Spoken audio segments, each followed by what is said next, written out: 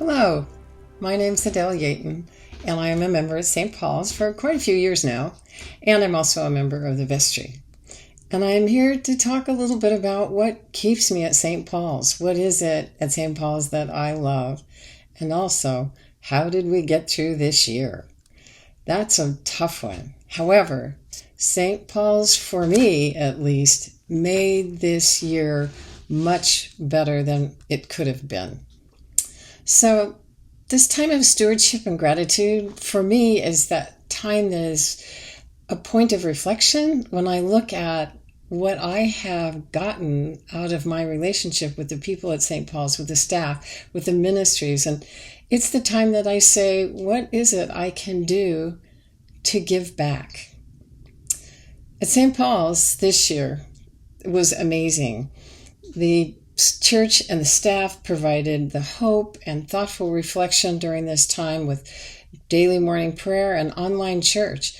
It certainly got me exploring some of the books in my library, which is too many, but I found solace there in some of the books I had looked over in the past. The Buddies, a group of women who met weekly to talk about who needed a little bit extra during this time, who needed that human contact, the voice on the phone that said hello and how are you. But what came out of it was the relationship that the women built over time. This moment on Tuesday afternoon just became a light in my life. I looked forward to it.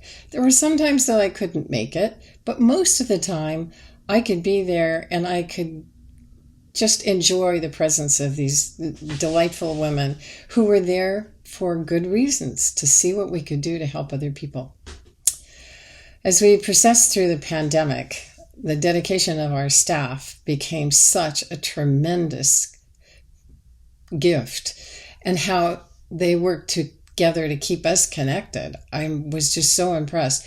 There isn't any way to explain how their creativity helped me to stay calm and even engaged me in my reflection on my own creativity.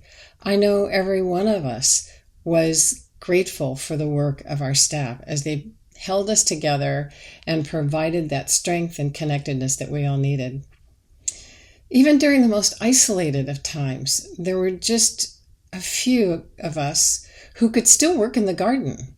And we would go out separately, sometimes together with our mask and our distancing, and we worked together to continue to grow food for Sunday supper. This time outside, watching things grow and planting new plants that would become food for someone else's table, was a time of gratefulness and thanksgiving, not for the good work of not only the earth, but also the members who worked together to make it happen. That time in the garden was also a time of just feeling human again and connected to the earth. And then there was the reunion where we got to come back a little bit. And even with the mask and the 6-foot distance, what a joy it was to see our friends at church. And even under the masks, it was still an incredible time. These are the people that make St. Paul's a place that loves and helps others, both in the church and beyond the church walls. The thoughtful presence of our community is something that I deeply value about our church. It is what keeps me grounded. People at St. Paul's are interested in making things better for others. Those are so many of the conversations that we have when we're together. This would have been a very different year without St. Paul's, the staff, the members, the camaraderie, and the connectedness. It was highly valued and very important. And now it's time for me to consider how I can support the church, the dedicated staff, the music program, the shower ministry, the Sunday supper. What can I contribute that sustains this incredible program at St. Paul's?